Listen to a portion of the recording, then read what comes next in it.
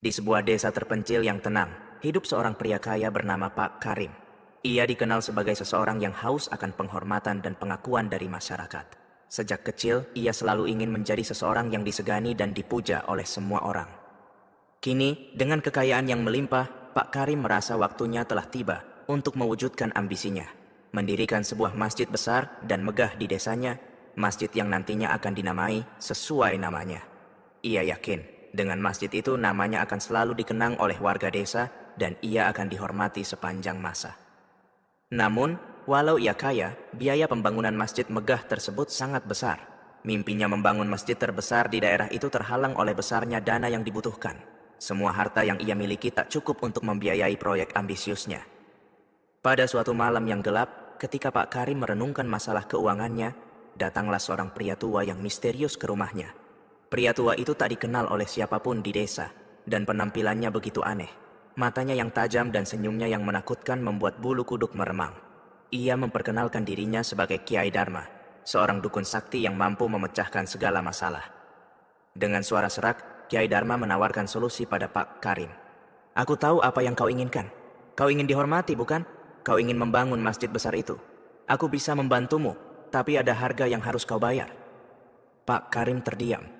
Pikirannya berkecamuk antara keinginan kuat untuk mendapatkan penghormatan dan rasa takut terhadap konsekuensi dari tawaran ini. Tapi, hasratnya untuk diakui begitu kuat sehingga ia mengabaikan perasaan was-was yang merayap di hatinya. "Apa yang harus aku lakukan?"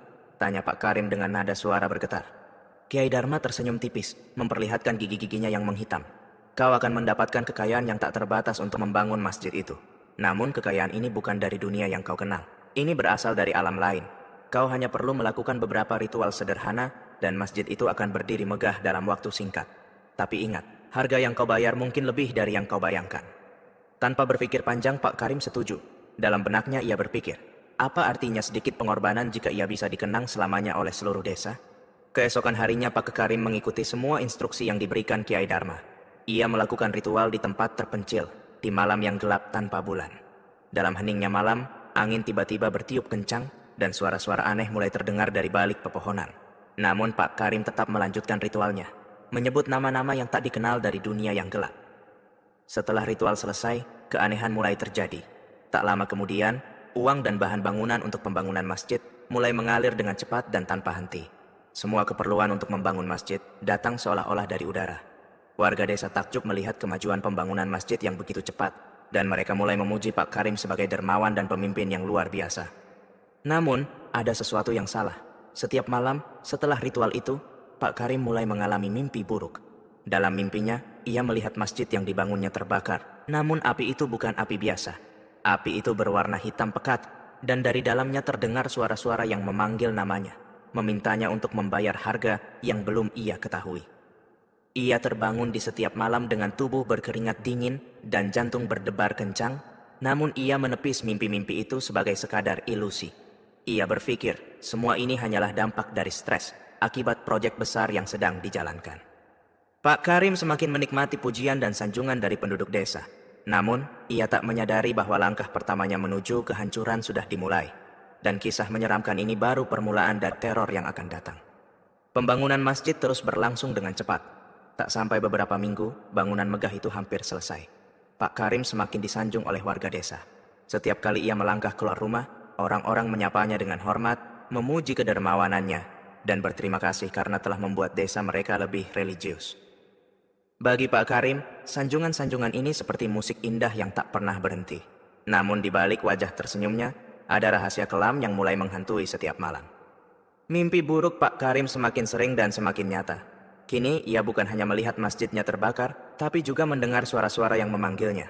Suara itu semakin jelas dan mengerikan, seperti ribuan orang yang berbisik dalam kegelapan. Mereka memanggil namanya, berbisik dengan nada yang membuat bulu kuduknya meremang. Suatu malam, mimpi itu berubah lebih mengerikan. Dalam mimpinya, Pak Karim melihat masjid yang telah ia bangun berdiri megah di tengah desa. Tapi ada sesuatu yang salah. Di sekitar masjid, tampak sosok-sosok samar yang berkeliaran.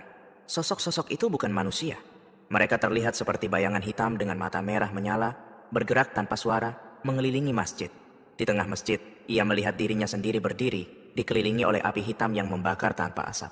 Sosok-sosok bayangan itu mendekat, dan dari mulut mereka keluar suara serak. Waktunya sudah dekat, Karim.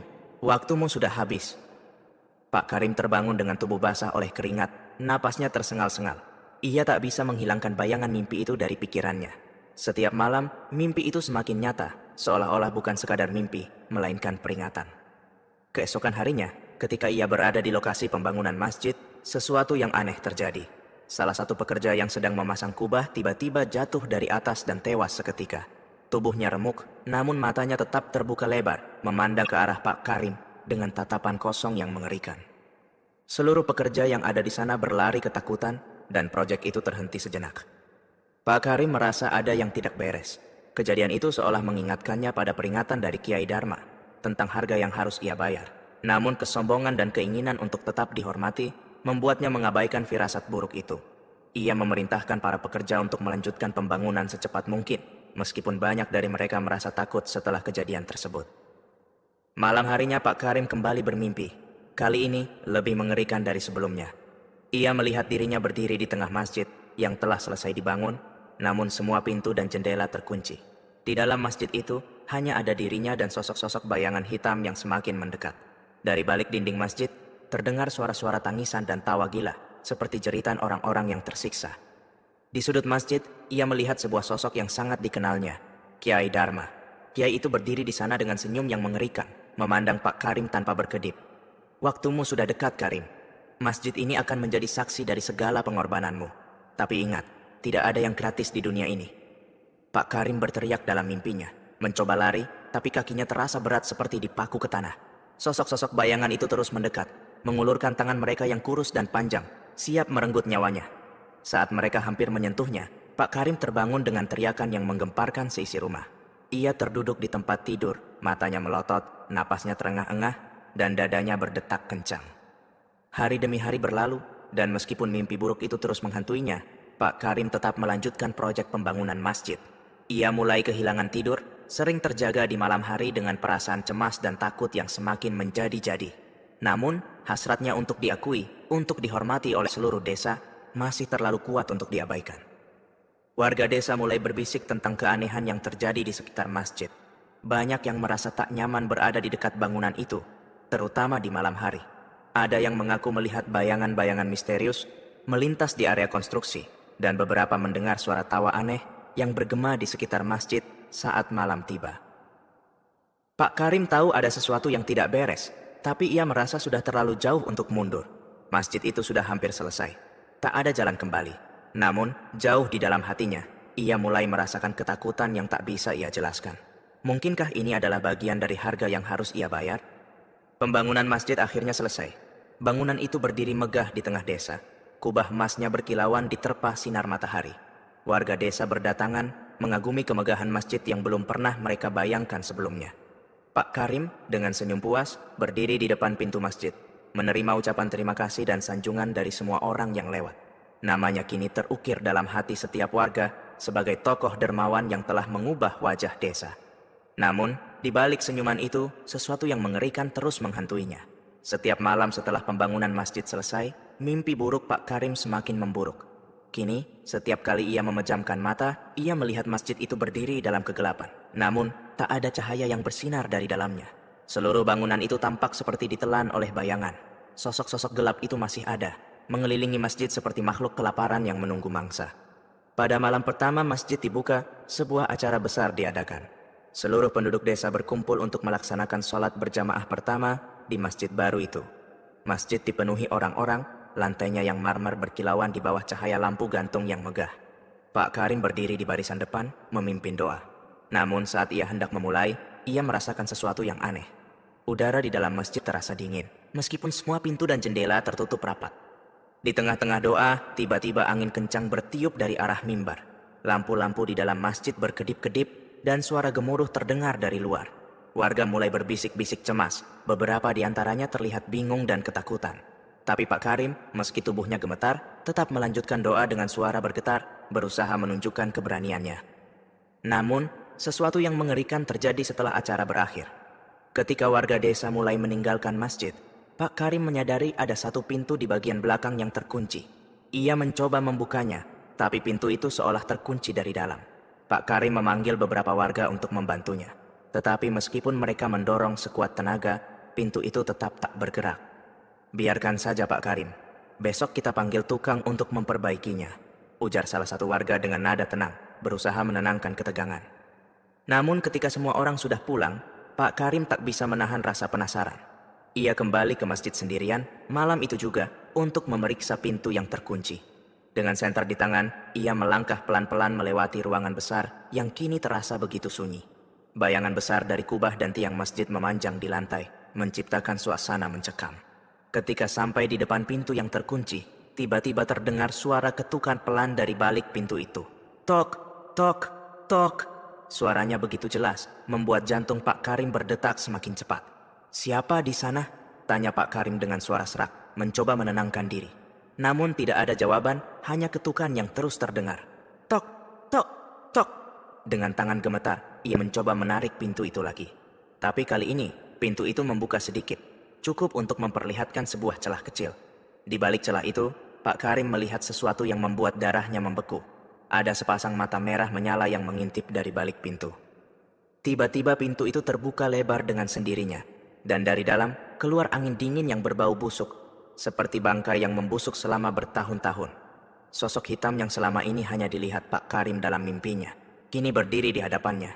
Wajahnya tak terlihat jelas, hanya mata merah yang tajam memandang langsung ke dalam jiwa Pak Karim. "Waktumu sudah habis, Karim." Suara serak terdengar dari makhluk itu, sama seperti dalam mimpinya. Pak Karim berlari secepat mungkin keluar dari masjid. Napasnya tersengal-sengal dan keringat dingin mengucur deras. Setibanya di rumah, ia segera menutup pintu dan mengunci semua jendela. Tubuhnya gemetar hebat dan pikirannya dipenuhi dengan ketakutan. Ia menyadari apa yang selama ini hanya ia pikirkan sebagai mimpi buruk, kini mulai menjadi kenyataan. Keesokan harinya Pak Karim tak keluar rumah. Warga desa mulai bertanya-tanya mengapa sang dermawan yang biasanya rajin ke masjid tiba-tiba menghilang. Namun malam itu beberapa orang melaporkan mendengar suara aneh dari dalam masjid. Suara tawa serak seperti orang yang tersiksa bergema di dalam ruang kosong. Pak Karim tahu waktunya semakin dekat. Ia tahu sesuatu yang mengerikan menunggu di balik bayangan masjid yang ia bangun dengan hasil pesugihan. Tapi apa yang bisa ia lakukan sekarang? Ia terjebak dalam perjanjian yang tak bisa dibatalkan, dan perlahan-lahan bayangan itu semakin mendekat. Pak Karim kini hampir tidak pernah keluar rumah. Ia menjadi semakin pendiam, tertutup, dan terlihat jauh lebih tua dari usianya. Warga desa mulai bertanya-tanya, ada apa dengan sang dermawan yang dulu begitu aktif di tengah masyarakat? Mereka mulai berbisik-bisik, ada yang mengatakan Pak Karim terkena kutukan, ada yang berpendapat ia jatuh sakit karena kelelahan membangun masjid. Namun, tak ada yang tahu kengerian sebenarnya yang dialami Pak Karim setiap malam. Setiap kali ia menutup mata, mimpi buruk itu datang lagi. Namun kini, bayangan hitam itu tidak lagi hanya menunggu di dalam mimpi. Mereka mulai muncul di sekitar rumahnya, mengintai dari balik jendela, dari sudut gelap di dalam rumah, bahkan dari cermin. Pak Karim merasa setiap saat ada yang memperhatikan, dan kehadiran itu semakin mendekat, semakin nyata. Suatu malam, saat Pak Karim mencoba untuk tidur, ia mendengar suara langkah kaki di lantai rumahnya. Tap, tap, tap. Suara langkah itu perlahan semakin keras, seolah-olah seseorang sedang berjalan mendekati kamarnya. Jantung Pak Karim berdegup kencang. Ia tahu, tidak ada siapapun di rumahnya. Semua pintu telah ia kunci rapat-rapat. Tapi suara itu terus mendekat. Tap, tap, tap. Dengan napas tertahan, ia duduk di atas tempat tidurnya, mendengarkan langkah itu berhenti tepat di depan pintu kamarnya. Seketika, pintu kamar mulai bergetar, seolah ada seseorang yang mencoba masuk. Pak Karim meraih sesuatu yang bisa ia gunakan untuk melindungi diri, meskipun dalam hatinya ia tahu, apapun itu bukanlah manusia biasa. Tiba-tiba, pintu kamarnya terbuka perlahan. Dari balik kegelapan lorong, muncul sosok tinggi dengan tubuh kurus kering dan kulit yang pucat, mata merahnya menyala tajam. Sosok itu berdiri di sana, tak bergerak, hanya menatap langsung ke arah Pak Karim. Tubuh Pak Karim membeku, tidak bisa bergerak. Keringat dingin mengalir deras di dahinya. "Waktumu sudah habis, Karim." Suara itu bergema di dalam kepalanya, lebih dalam dan menyeramkan daripada sebelumnya. Pak Karim merasa tubuhnya mulai kehilangan tenaga, seolah sesuatu sedang menarik jiwanya keluar perlahan-lahan. Dengan sisa keberanian yang ia miliki, Pak Karim bangkit dari tempat tidur dan berlari keluar rumah, meninggalkan sosok itu di dalam kamar. Napasnya tersengal-sengal saat ia mencapai halaman. Namun, begitu ia menginjakkan kaki di luar rumah, angin dingin yang tidak wajar menyambutnya. Suara tawa serak mulai terdengar di udara, meski tak ada seorang pun di sana. Di tengah ketakutannya, Pak Karim melihat ke arah masjid yang berdiri megah di ujung jalan. Lampu-lampu di dalam masjid yang seharusnya padam tiba-tiba menyala, memancarkan cahaya aneh yang tidak alami. Meski jauh, ia bisa melihat bayangan hitam bergerak di dalam masjid. Bayangan-bayangan itu tampak menari, bergerak cepat, seolah merayakan sesuatu yang jahat. Pak Karim tahu, ada kekuatan lain yang berdiam di dalam masjid itu, sesuatu yang lebih dari sekadar bangunan suci.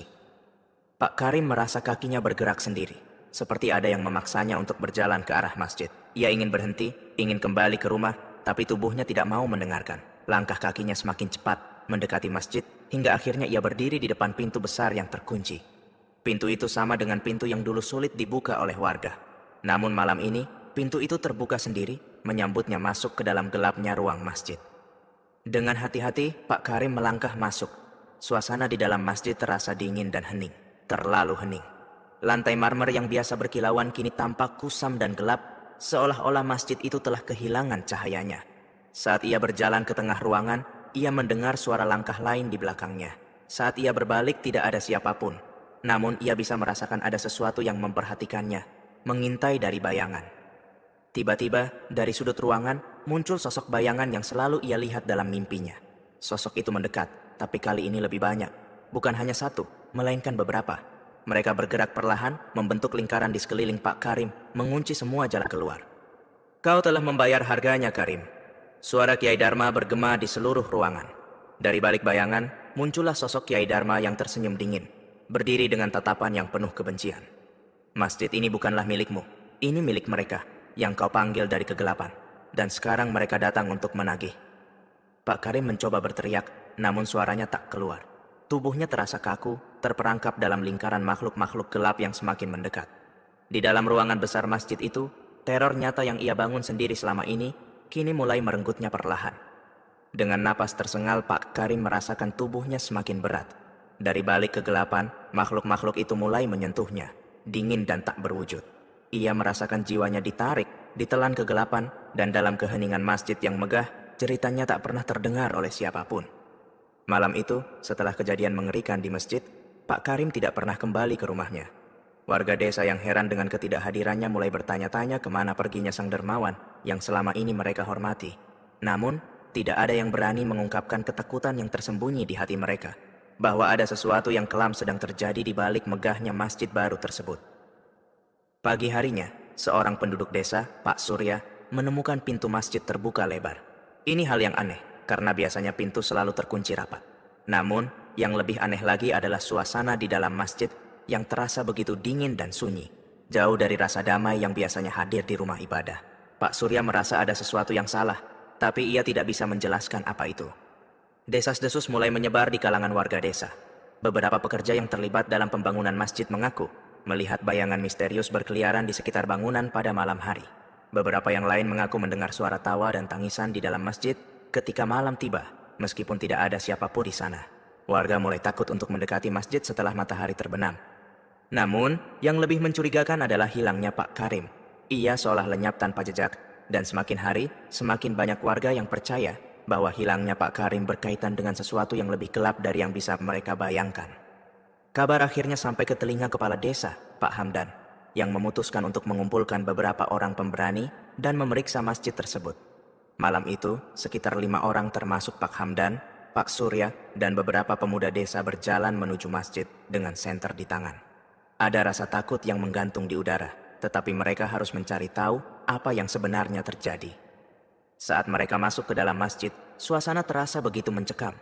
Udara dingin menyelimutinya, meskipun malam itu tidak ada angin sama sekali. Langkah mereka menggema di lantai marmer, dan setiap bayangan tampak bergerak seolah hidup. Mereka berjalan menuju ruang utama masjid, dan di sanalah mereka menemukannya, Pak Karim. Ia terbaring di tengah-tengah ruangan dengan wajah yang tampak lebih tua dari sebelumnya. Matanya terbuka lebar, menatap kosong ke langit-langit, seolah telah melihat sesuatu yang mengerikan sebelum meninggal. Tubuhnya kaku, dan kulitnya pucat seakan-akan semua darah telah menghilang dari tubuhnya. Tapi yang membuat semua orang merasa ngeri adalah ekspresi di wajah Pak Karim. Mulutnya terbuka lebar, seolah ia telah berteriak sebelum kematiannya. Dan di sekeliling tubuhnya, ada lingkaran hitam yang terbakar di lantai. Lingkaran itu tampak seperti tanda kuno, simbol yang tidak ada satupun dari mereka yang mengenalnya. Aura kegelapan menguar dari lingkaran itu, membuat semua orang yang berada di dalam ruangan merasa mual dan pusing. Pak Hamdan segera meminta semua orang untuk meninggalkan masjid, tetapi sebelum mereka bisa keluar, pintu besar masjid tiba-tiba tertutup dengan keras, menguncinya dari dalam. Semua orang berteriak, mencoba membuka pintu, tetapi sia-sia. Pintu itu terkunci rapat seolah-olah tak ada kekuatan manusia yang bisa membukanya. Di tengah kepanikan itu, lampu-lampu masjid mulai berkedip, dan suara tawa serak bergema di udara. Suara itu semakin keras, mengisi setiap sudut ruangan, dan dari bayangan-bayangan di dinding, sosok-sosok gelap mulai muncul. Sosok-sosok itu adalah makhluk yang sama yang telah menghantui mimpi Pak Karim. Mereka bergerak mendekat dengan langkah lambat namun pasti, mengurung para warga yang ketakutan. Pak Surya berusaha menenangkan semua orang, tetapi suaranya tenggelam oleh ketakutan yang melanda. Mereka berusaha mencari jalan keluar, tetapi semua pintu dan jendela terkunci rapat. Lalu, dari sudut ruangan, muncul Kiai Dharma, sosok yang begitu menakutkan dalam bayangan mereka. Namun, ada sesuatu yang berbeda kali ini. Wajahnya tidak lagi menyeringai penuh kemenangan, melainkan tenang dan dingin. Semua ini terjadi karena keserakahan, ucapnya dengan suara berat yang bergema di seluruh ruangan. Pak Karim telah membuat perjanjian, dan inilah harganya. Kiai Dharma melangkah maju, dan dengan satu gerakan tangannya, ia membuat lingkaran api di lantai semakin bersinar terang. Api itu tidak membakar, tetapi terasa seperti menyedot energi dari sekelilingnya. Kalian semua harus tahu, masjid ini bukanlah tempat suci lagi. Ini adalah gerbang bagi mereka. Makhluk-makhluk yang Karim panggil dengan keserakahannya. Ia ingin dihormati, tetapi ia lupa bahwa harga untuk itu bukanlah hanya harta. Jiwa-jiwa kalian juga dalam bahaya. Suara tawa dan tangisan semakin keras, dan makhluk-makhluk bayangan itu semakin mendekat. Pak Hamdan, yang biasanya selalu tenang, kini terlihat sangat ketakutan. Ia tahu mereka berada dalam bahaya besar, tetapi tidak tahu apa yang harus dilakukan. Tidak ada jalan keluar, kecuali pengorbanan terakhir, lanjut Kiai Dharma. Seseorang harus menyerahkan dirinya untuk menggantikan jiwa Pak Karim, atau makhluk-makhluk ini akan merenggut setiap jiwa di desa. Semua orang terdiam. Siapa yang akan berani menyerahkan dirinya untuk menyelamatkan yang lain? Tiba-tiba, Pak Surya melangkah maju. Dengan napas yang tersengal, ia berkata, "Aku akan melakukannya. Jika ini bisa menyelamatkan desa, aku bersedia." Kiai Dharma tersenyum tipis. "Pilihan yang bijak," katanya.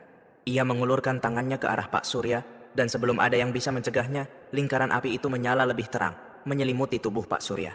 Dalam hitungan detik, tubuhnya lenyap dalam kobaran api hitam, dan ruangan menjadi hening. Makhluk-makhluk bayangan itu perlahan-lahan menghilang, begitu pula suara tawa yang menyiksa.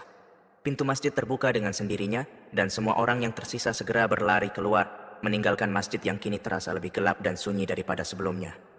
Namun, meskipun semuanya terlihat tenang, warga desa tahu bahwa sesuatu yang mengerikan telah terjadi. Masjid itu bukan lagi tempat suci, melainkan gerbang menuju kegelapan, yang setiap saat bisa terbuka kembali. Warga desa masih terguncang oleh kejadian di masjid. Sejak pengorbanan Pak Surya, tak seorang pun berani mendekati masjid itu lagi. Pintu-pintunya tetap tertutup, dan meskipun dari luar tampak tenang, ada sesuatu yang salah.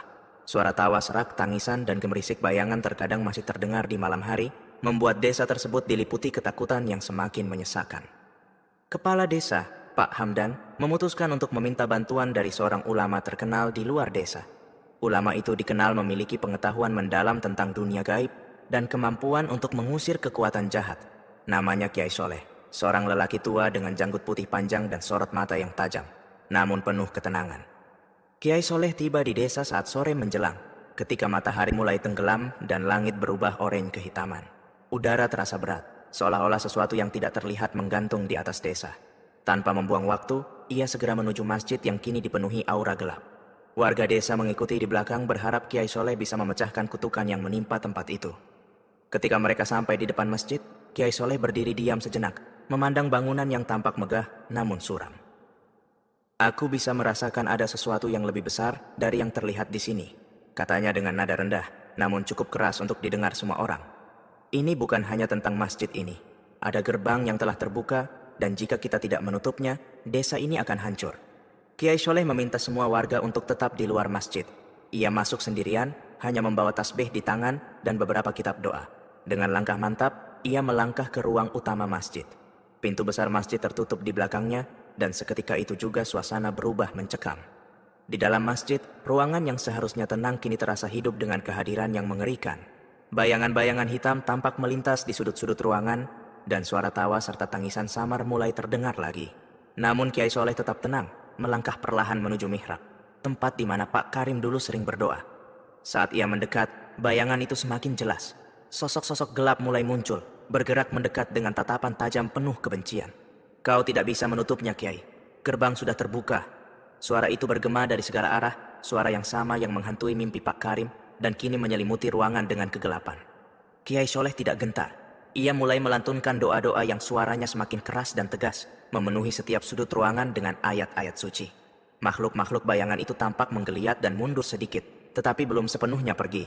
Gerbang kegelapan yang menghubungkan dunia mereka dengan dunia manusia masih terbuka, dan mereka belum berniat pergi tanpa perlawanan. Sementara itu, di luar masjid, warga desa yang menunggu dengan gelisah mulai mendengar suara gemuruh dari dalam. Mereka saling berpandangan, ketakutan merayapi hati mereka. Apakah Kiai Soleh bisa mengatasinya? Tanya seorang ibu dengan cemas. Pak Hamdan hanya bisa diam, berharap bahwa Kiai Soleh cukup kuat untuk melawan kegelapan yang mengancam desa mereka. Di dalam masjid, Kiai Soleh semakin dalam melantunkan doa-doanya. Namun, ia mulai merasakan sesuatu yang lain, sesuatu yang lebih tua dan kuat dari sekadar makhluk-makhluk bayangan itu. Di tengah lantai masjid, tepat di tempat di mana Pak Karim ditemukan tewas, muncul lingkaran hitam berapi. Lingkaran itu adalah gerbang yang sebenarnya. Gerbang yang menghubungkan dunia mereka dengan dunia lain, yang selama ini tersembunyi di balik masjid. Dari dalam lingkaran itu, muncul sosok yang lebih besar dari yang pernah Kiai Soleh bayangkan. Itu bukan hanya makhluk biasa, melainkan pemimpin dari semua bayangan gelap yang selama ini berdiam di masjid. Wujudnya kabur, namun kekuatan dan auranya begitu kuat hingga membuat udara di dalam ruangan terasa berat dan panas. Mata merah menyala dari dalam kabut hitamnya, memandang langsung ke arah Kiai Soleh. Kau ingin menutup gerbang ini, Kiai? Tanya makhluk itu dengan suara yang menggema. Kau tidak tahu apa yang sedang kau hadapi. Gerbang ini telah terbuka karena keinginan manusia yang tamak, dan sekarang kau mencoba mengusir kami. Kami telah diberi tempat di sini. Kiai Soleh tidak terpengaruh. Tempat ini adalah rumah Allah, bukan rumahmu. Jawabnya tegas. Aku akan menutup gerbang ini dan kalian tidak akan pernah kembali. Dengan penuh keyakinan, Kiai Soleh mengangkat tangan dan mulai membaca doa penutup yang diajarkan turun-temurun oleh para ulama. Namun, makhluk itu tidak tinggal diam. Suara gemuruh semakin keras dan lingkaran api hitam semakin membesar. Bayangan-bayangan itu menyerang, mencoba menghentikan Kiai Soleh. Tetapi ia terus melawan dengan doa-doanya. Di luar masjid, angin kencang tiba-tiba bertiup, membuat warga desa ketakutan. Beberapa dari mereka bahkan jatuh berlutut dan mulai berdoa, memohon agar kutukan yang melanda desa mereka bisa berakhir. Mereka bisa merasakan bahwa sesuatu yang besar sedang terjadi di dalam masjid. Di puncak pertarungan spiritual itu, Kiai Soleh meletakkan tangan kanannya di atas lingkaran hitam. Dalam hitungan detik, lingkaran itu menyala lebih terang, dan makhluk besar itu meraung dengan suara yang mengguncang seluruh masjid. Namun, dengan satu teriakan terakhir, Kiai Soleh membaca doa penutup dengan segenap kekuatannya, dan lingkaran itu tiba-tiba memudar.